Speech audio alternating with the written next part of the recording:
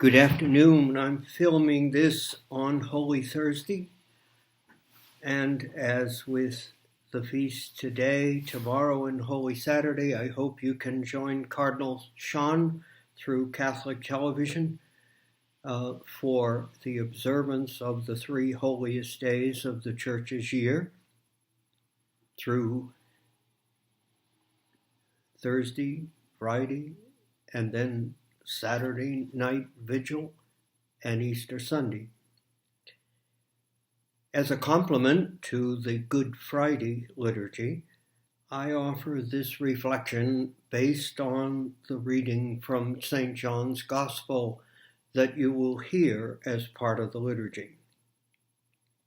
Good Friday is dedicated to the cross.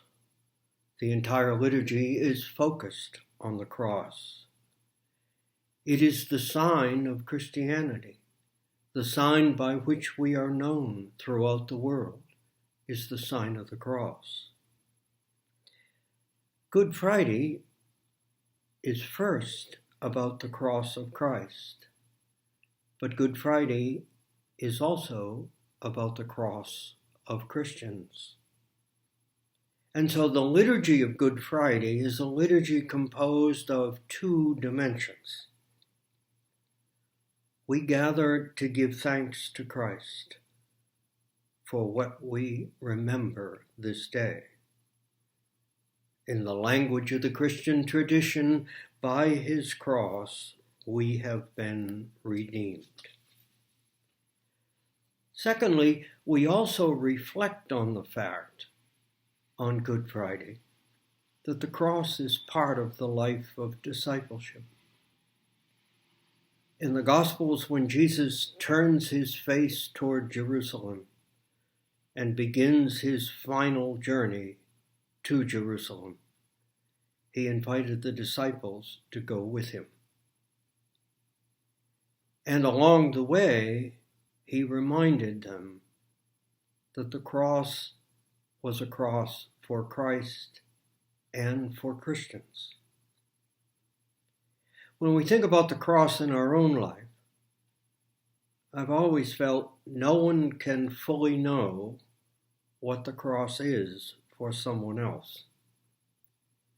You have to really know a person's life inside and out to know how the cross takes shape in another person's life. It is that personal, and it can be many different realities. I'll return to that. But let us go now to the text of John's Gospel. On Good Friday, the account of the Passion of Christ, which of course appears in all four Gospels, but it is interesting that the Church never circulates the feast. It is always John's Gospel on this day. And John's account of the Passion has a distinctive characteristic about it. It is made up of many dimensions. On the one hand, as is the case when we read the Passion in all the Gospels, it is a terrifying event.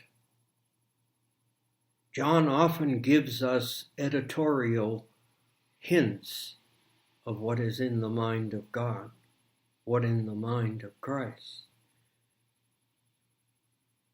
And as Christ gathered with his disciples on the night of Holy Thursday, the night before he died, John simply says he knew what was ahead of him. That is what he said about the mind of Christ in the garden after the Last Supper. Yet in the face of this terrifying human event, what strikes the reader of John's Gospel is that Jesus is totally in control. Surrounded on all sides by guards and soldiers, confronted with the power of the leading empire of the day, Jesus is totally in control. Sometimes we get a mistaken idea of what it was about the crucifixion that brought about our redemption. It is not surprising that we concentrate on the suffering that Christ willingly underwent. But it would be wrong to say that it is the degree of physical suffering that brought about the redemption of the world. Actually, we probably cannot say that Christ suffered more than other people have suffered in history in purely physical terms. The history of the world, unfortunately, is filled with event after event of enormous human suffering. Redemption, our redemption, lay not principally in the degree of suffering that Christ underwent. We are told in the scriptures and in Catholic teaching that the key to our redemption is the will of Christ. In the office for Holy Week, it said yesterday, by his will we are saved. That is to say, it is Christ's willingness to undergo perfectly the Father's will for him that made his offering on the cross, in physical terms, a perfect act of worship. That is what transforms the awful human drama into a divine offering. Indeed, that, of course, is what we remember and reenact every time we celebrate the Eucharist. We remember that he offered himself freely and fulfilled the Father's command in detail. It is in John's Gospel prior to Good Friday that Jesus says to the crowds, "No one takes my life from me. I lay it down and I will take it up." He knew what lay ahead of him, and he knew what the Father asked of him, and he fulfilled it to the last detail. This idea of his total control of the situation is fascinating even from a purely human point of view, but of course it is never purely human. But think of the setting there in the Praetorium in his last hours. It is a setting that to some degree brings together a theme that has been part of his life from the beginning. As we stand here at Good Friday, we look back to the first Sunday of Lent. Once again, the Church never changes the text, but on the first Sunday of Lent, Jesus goes to the desert to be tempted. And each of the temptations in their own way is an invitation to Jesus to do it his way, to do it in a purely human way, the carrying out of his ministry. Turn stones to bread, overwhelm the crowds with miracles, coerce them with power. Human temptations. Jesus rejects each of them one by one. But the scripture scholars tell us, do not think that temptation for Jesus was confined to 40 days. St. Paul, of course, has told us that Christ was like us in all things but sin. And that meant he was like us in temptation. And so, well beyond the desert, if we read the scriptures carefully, there are all kinds of moments that could have been temptation for Jesus. Sometimes they came from his best friends, the disciples. I must go to Jerusalem, he says. And they say, Jerusalem is a dangerous place. There's no need to do that. And to Peter, who made a suggestion like that, Jesus says, get behind me, Satan.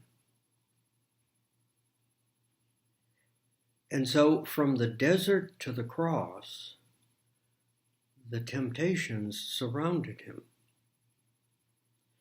And what surrounded him was always a double dynamic that he had to deal with. It was not long in his ministry before he began to clash with the Jewish leadership. Here, I think it is very important to remember that when John talks about the Jews, and he does often in the gospel, he is talking about the leadership. Not all the Jews of Jesus' time were responsible for his death. We have remarkable stories of people of faith that Jesus encountered. And just to clarify the historical argument, the Catholic Church does not believe that all the Jews of Jesus' time were responsible for his death. And certainly the Jews down through history were not responsible. But the Jewish leadership was in continuing conflict with Jesus. They saw him, as far as we can tell, as a threat. And so that was one side of the picture. The other side, always there, was the Romans. Jesus' conflict with the Jewish leadership was a religious conflict. The Romans were not known for their religion. They were known for their power and, to some degree, their cruelty. And the Romans in this story were, as occupiers of Palestine, like any occupying power, they were constantly on guard for who might create an uprising against them. And so once again, Jesus himself had to deal with this as an independent problem. Once again, we find moments in the gospel where it all comes highly visible. Once they tried to catch him by asking whether he should pay taxes. And that request came from within the religious community. And so he asked for a coin and said, render to Caesar what is Caesar's and render to God what is God's. He walked right through the trap without being touched.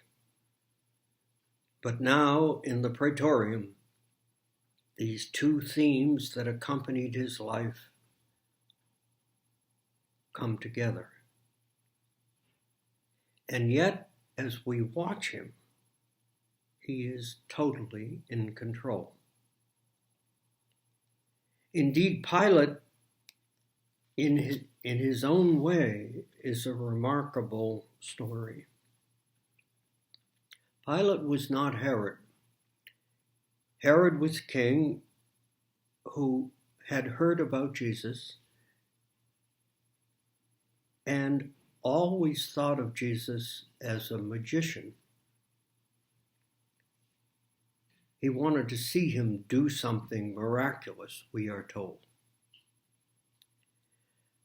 Pilate, in one sense, has more respect for Jesus